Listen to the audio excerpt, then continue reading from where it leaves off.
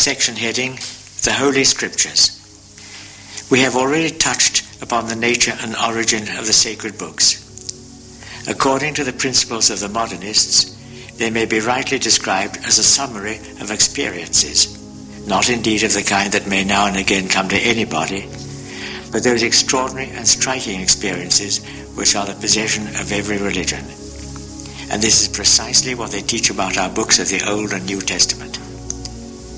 But to suit their own theories, they note with remarkable ingenuity that although experience is something belonging to the present, still it may draw its material in like manner from the past and the future, inasmuch as the believer, by memory, lives the past over again after the manner of the present, and lives the future already by anticipation.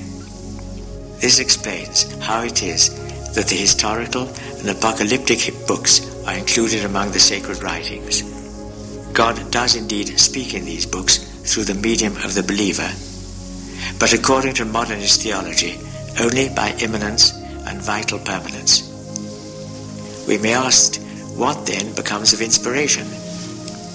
Inspiration, they reply, is in no wise distinguished from that impulse which stimulates the believer to reveal the faith that is in him by words or writing, except perhaps by its vehemence.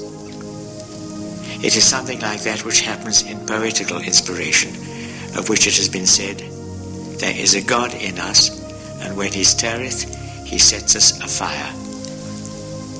It is in this sense that God is said to be the origin of the inspiration of the sacred books. The modernists, moreover, affirm concerning this inspiration that there is nothing in the sacred books which is devoid of it. In this respect, some might be disposed to consider them as more orthodox than certain writers in recent times who somewhat restrict inspiration, as for instance in what have been put forward as so-called tacit citations. But in all this we have mere verbal conjuring. For if we take the Bible according to the standards of agnosticism, namely as a human work made by men for men, albeit the theologian is allowed to proclaim that it is divine by immanence, what room is there left in it for inspiration? The modernists assert a general inspiration of the sacred books, but they admit no inspiration in the Catholic sense. Section heading, The Church. A wider field for comment is opened when we come to what the modernist school has imagined to be the nature of the Church. They begin with the supposition that the Church has its birth in a double need. First, the need of the individual believer to communicate his faith to others, especially if he has had some original and special experience. And secondly, when the faith has become common to many, the need of the collectivity to form itself into a society and to guard, promote and propagate the common good. What then is the Church? It is the product of the collective conscience, that is to say, of the association of individual consciences, which by virtue of the principle of vital permanence depend all on one first believer, who for Catholics is Christ. Now every society needs a directing authority to guide its members towards the common end, to foster prudently the elements of cohesion which in a religious society are doctrine and worship. Hence the triple authority in the Catholic Church: disciplinary, dogmatic, liturgical. The nature of this authority is to be gathered from its origin, and its rights and duties from its nature.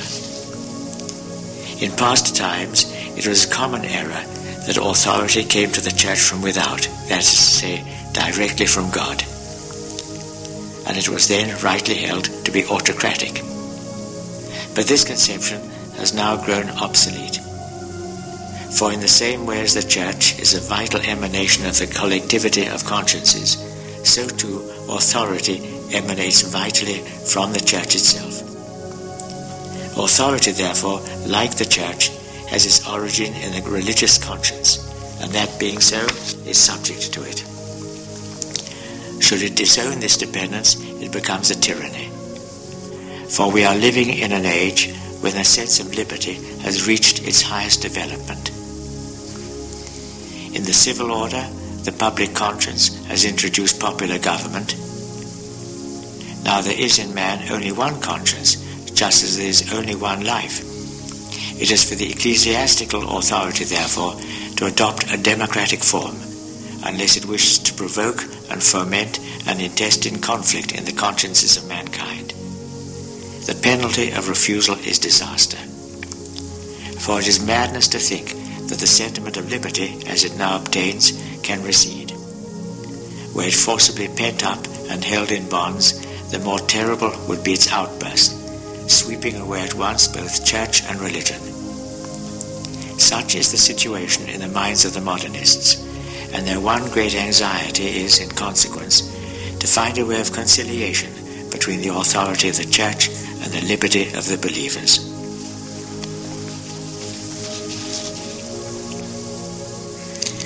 Section heading: The relations between church and state. But it is not only within her own household that the church must come to terms. Besides her relations with those within, she has others with those who are outside. The church does not occupy the world all by herself. There are other societies in the world with which she must necessarily have dealings and contact. The rights and duties of the church towards civil societies must therefore be determined, and determined, of course, by her own nature, that, to wit, which the modernists have already described to us. The rules to be applied in this matter are clearly those which have been laid down for science and faith, though in the latter case the question turned upon the object, while in the present case we have one of ends. In the same way, then, as faith and science are alien to each other by reason of the diversity of their objects, church and state are strangers by reason of the diversity of their ends, that of the church being spiritual, while that of the state is temporal. Formerly, it was possible to subordinate the temporal to the spiritual, and to speak of some questions as mixed, conceding to the church the position of queen and mistress in all such, because the church was then regarded as having been instituted immediately by God as the author of the supernatural order. But this doctrine is today repudiated alike by philosophers and historians. The state must therefore be separated from the church, and the Catholic from the citizen. Every Catholic, from the fact that he is also a citizen, has the right and the duty to work for the common good in the way he thinks best, without troubling himself about the authority of the church, without paying any heed to its wishes, its counsels, its orders, nay, even in spite of its rebukes. For the church to trace out and prescribe for the citizen any line of action on any pretext whatsoever is to be guilty of an abuse of authority, against which one is bound to protest with all one's might. Venerable brethren, the principles from which these doctrines spring have been solemnly condemned by our predecessor, Pius VI, in his apostolic constitution, Auctorem Fidei. Section heading: The Magisterium of the Church. But it is not enough for the modernist school that the state should be separated from the church. For as faith is to be subordinated to science as far as phenomenal elements are concerned, so too, in temporal matters, the church must be subject to the state. This indeed modernists may not yet say openly, but they are forced by the logic of their position to admit it.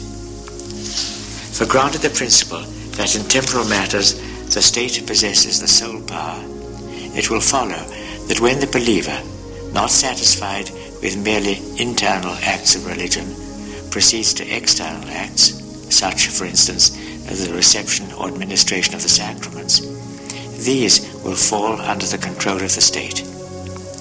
What will then become of ecclesiastical authority, which can only be exercised by external acts?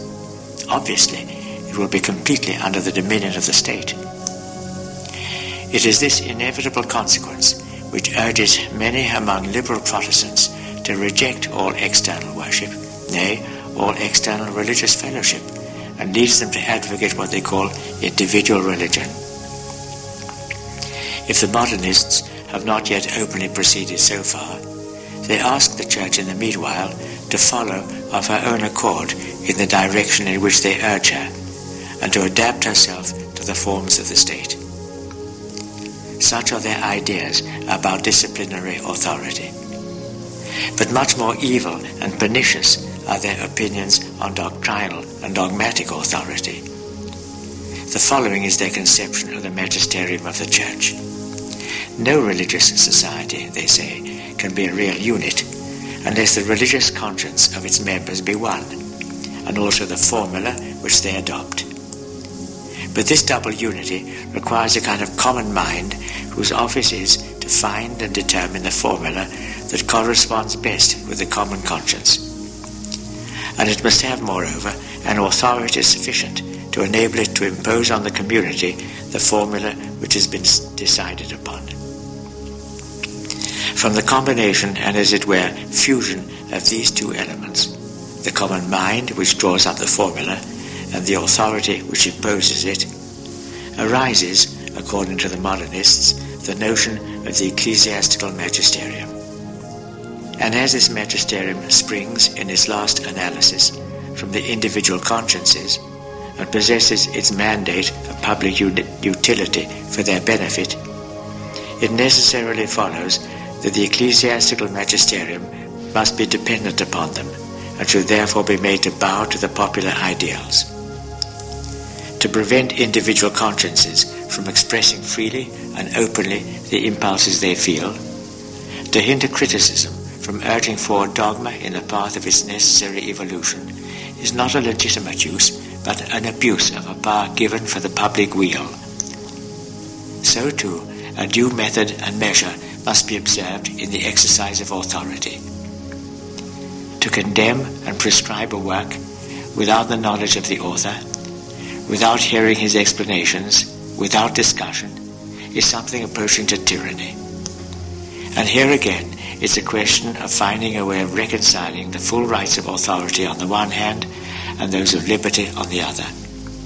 In the meantime, the proper course for the Catholic will be to proclaim publicly his profound respect for authority while never ceasing to follow his own judgment.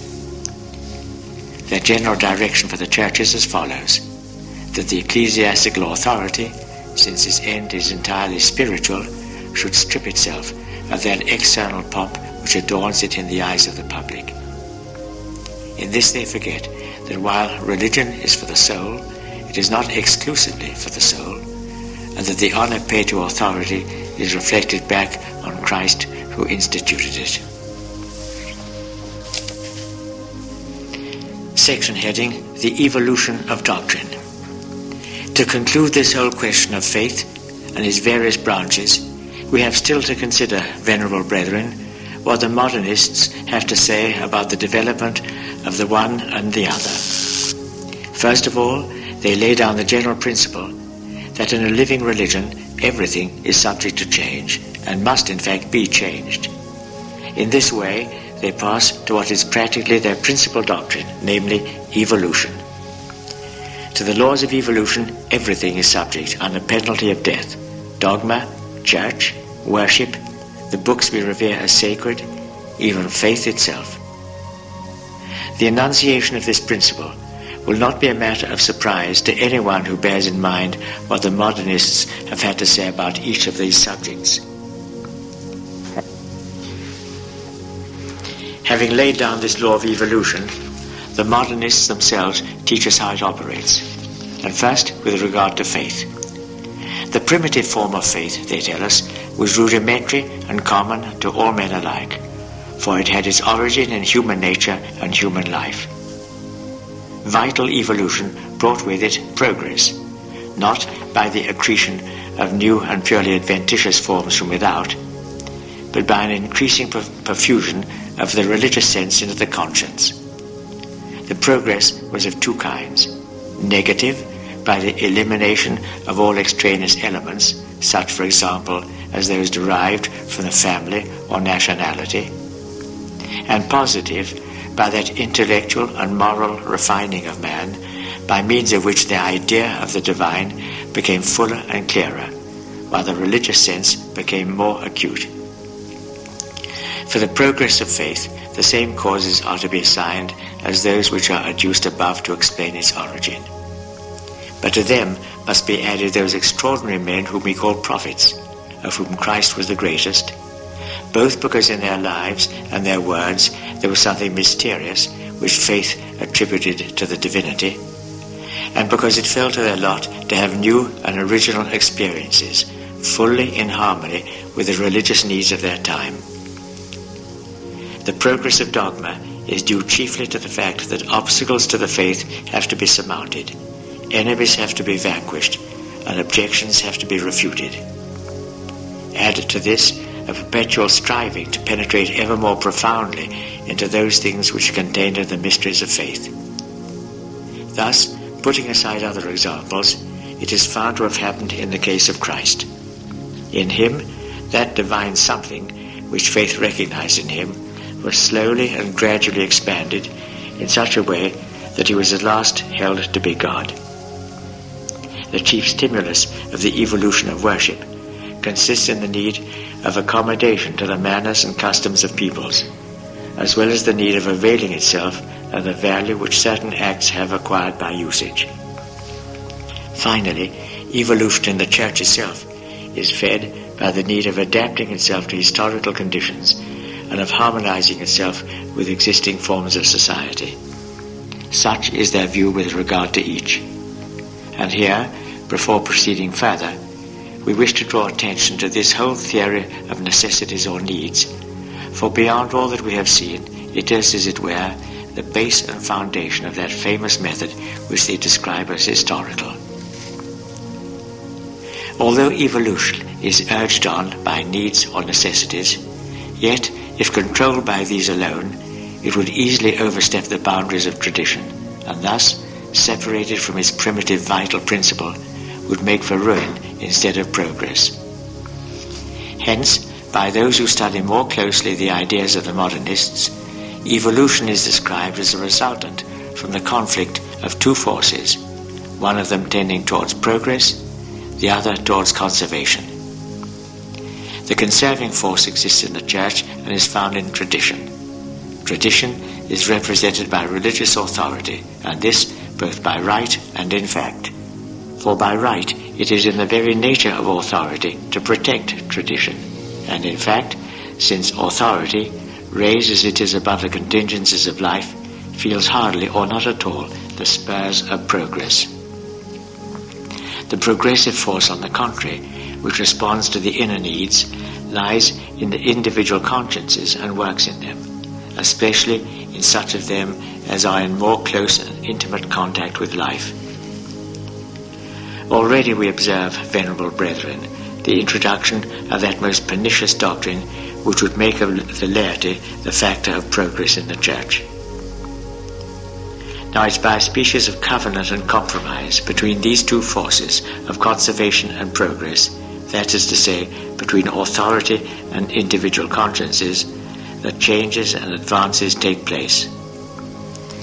The individual consciences, or some of them, act on the collective conscience, which brings pressure to bear on the depositaries of authority to make terms and to keep to them.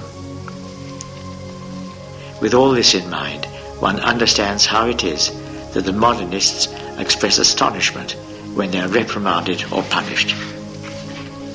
What is imputed to them as a fault, they regard as a sacred duty.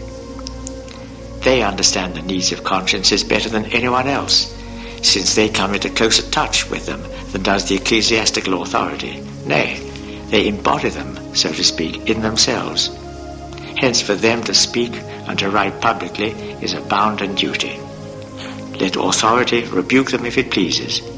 They have their own conscience on their side, and an intimate experience which tells them with certainty that what they deserve is not blame but praise. Then they reflect that after all, there's no progress without a battle, and no battle without its victims.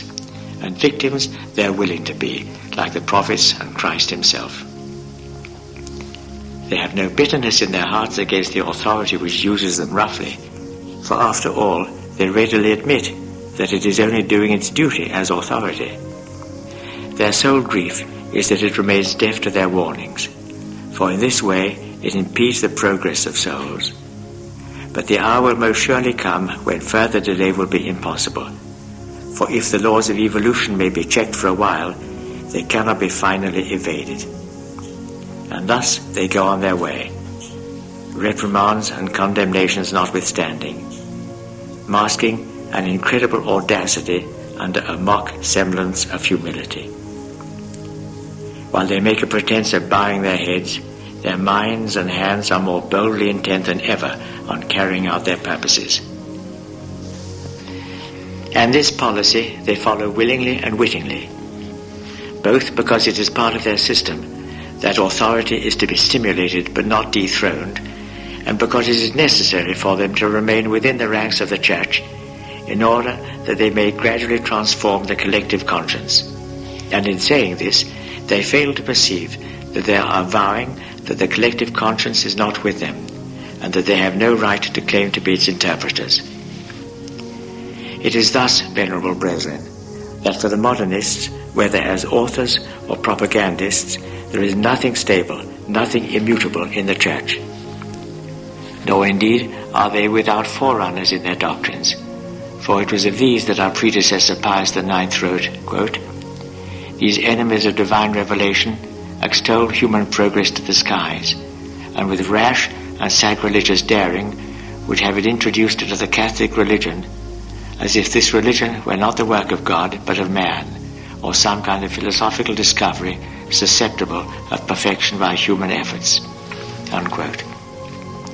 On the subject of revelation and dogma in particular, the doctrine of the modernists offers nothing new. We find it condemned in the syllabus of Pius IX, where it is enunciated in these terms, quote, "Divine revelation is imperfect, and therefore subject to continual and indefinite progress, corresponding with the progress of human reason," unquote. And condemned still more solemnly in the Vatican Council, quote, "The doctrine of the faith which God has revealed has not been proposed to human intelligences to be perfected by them as if it were a philosophical system, but as a divine deposit entrusted to the spouse of Christ to be faithfully guarded and infallibly interpreted. Hence also that sense of the sacred dogmas is to be perpetually retained which our Holy Mother the Church has once declared, nor is this sense ever to be abandoned on plea or pretext of a more profound comprehension of the truth," unquote. Nor is the development of our knowledge, even concerning the faith, barred by this pronouncement. On the contrary, it is supported and maintained. For the same council continues, quote, "Let intelligence and science and wisdom, therefore, increase and progress abundantly and vigorously in individuals and in the mass, in the believer and in the whole Church, throughout the ages and the centuries, but only in his own kind, that is, according to the same dogma, the same sense, the same acceptation," unquote. Our next section heading is The Modernist as Historian and Critic. We have studied the modernist as philosopher, believer, and theologian. It now remains for us to consider him as historian, critic, apologist, and reformer. Some modernists, devoted to historical studies, seem to be deeply anxious not to be taken for philosophers. About philosophy, they profess to know nothing whatever, and in this they display remarkable astuteness, for they are particularly desirous not to be suspected of any prepossession in favor of philosophical theories, which would lay them open to the charge of not being, as they call it, objective. And yet the truth is that their history and their criticism are saturated with their philosophy, and that the historical critical conclusions are the natural outcome of their philosophical principles. This will be patent to anyone who reflects. Their first three laws are contained in those three principles of their philosophy already dealt with: the principle of agnosticism, the theorem of the transfiguration of things by faith, and that other which may be called the principle of disfiguration. Let us see what consequences flow from each of these. Agnosticism tells us that history, like science, deals entirely with phenomena, and the consequence is that God and every intervention of God in human affairs is to be relegated to the domain of faith as belonging to it alone. Wherefore, in things where there's combined a double element, the divine and the human, as for example in Christ, or the Church, or the sacraments, or the many other objects of the same kind, a division and separation must be made, and the human element must be left to history, while the divine will be assigned to faith. Hence we have that distinction, so current among the modernists, between the Christ of history and the Christ of faith, the Church of history and the Church of faith, the sacraments of history and the sacraments of faith, and so in similar matters.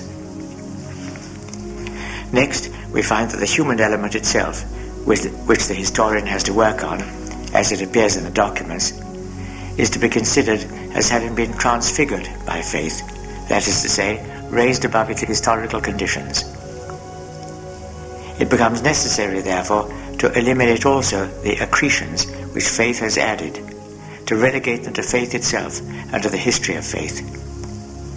Thus, when treating of Christ, the historian must set aside all that surpasses man in his natural condition, according to what psychology tells us of him, or according to what we gather from the place and period of his existence. Finally, they require, by virtue of the third principle, that even those things which are not outside the sphere of history should pass through the sieve, excluding all and relegating to faith everything which in their judgment is not in harmony with what they call the logic of facts, or not in character with the persons of whom they are predicated. Thus, they will not allow that Christ ever utter those things which do not seem to be within the capacity of the multitudes that listen to him. Hence, they delete from his real history and transfer to faith all the allegories found in his discourses. We may peradventure inquire on what principle they make these divisions. Their reply is that they argue from the character of the man, from his condition of life, from his education, from the complexity of the circumstances under which the facts took place, in short, if we understand them aright, on the principle which in the last analysis is merely subjective. Their method is to put themselves into the position and person of Christ, and then to attribute to him what they would have done under like circumstances. In this way, absolutely a priori, and acting on philosophical principles which they hold but which they profess to ignore, they proclaim that Christ, according to what they call his real history, was not God and never did anything divine, and that as man he did and said only what they, judging from the time in which he lived, considered that he ought to have said or done. The next section heading is Criticism and its Principles. As history takes its conclusions from philosophy, so too criticism takes its conclusions from history. The critic, on the data furnished him by the historian, makes two parts of all his documents. Those that remain after the triple elimination above described go to form the real history. The rest is attributed to the history of the faith, or, as it's styled, to internal history.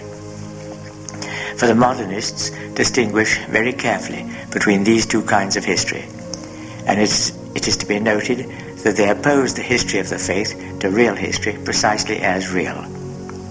Thus, as we've already said, we have a twofold Christ, a real Christ and a Christ, the one of faith, who never really existed. A Christ who has lived at a given time and in a given place, and a Christ who's never lived outside the pious meditations of the believer.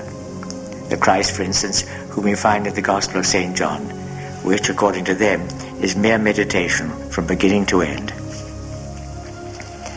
But the dominion of philosophy over history does not end here.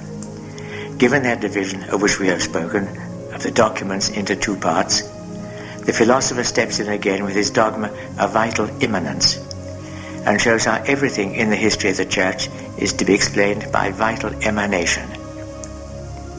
And since the cause or condition of every vital emanation whatsoever is to be found in some need or want, it follows that no fact can be regarded as antecedent to the need which produced it.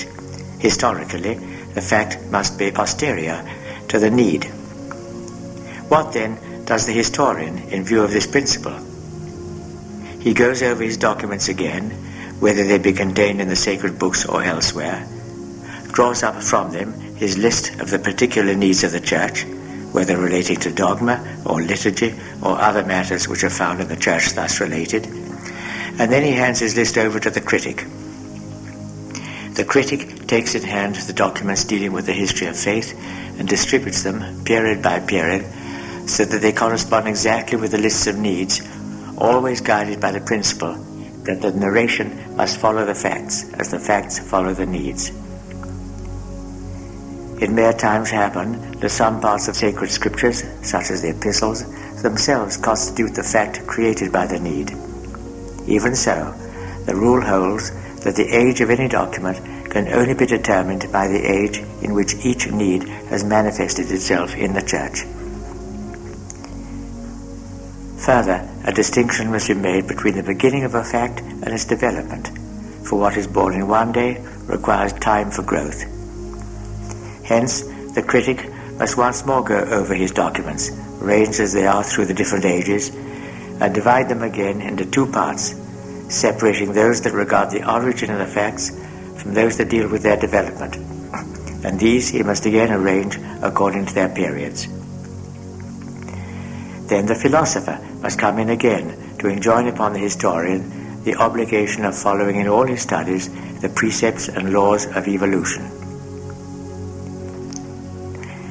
It is next for the historian to scrutinize his documents once more, to examine carefully the circumstances and conditions affecting the Church during the different periods, the conserving force she has put forth, the needs, both internal and external, that have stimulated her to progress, the obstacles she has had to encounter, in a word, everything that helps to determine the manner in which the laws of evolution have been fulfilled in her. This done, he finishes his work by drawing up a history of the development in its broad lines. The critic follows and fits in the rest of the documents. He sets himself to write. The history is finished. Now we ask here, who is the author of this history? The historian? The critic? Assuredly neither of these, but the philosopher. From beginning to end, everything in it is a priori, and an a priorism that reeks of heresy. These men are certainly to be pitied, of whom the apostle might well say, they became vain in their thoughts, professing themselves to be wise, they became fools. At the same time, they excite resentment when they accuse the Church of arranging and confusing the texts after her own fashion, and for the needs of her cause. In this, they are accusing the Church of something for which their own conscience plainly reproaches them.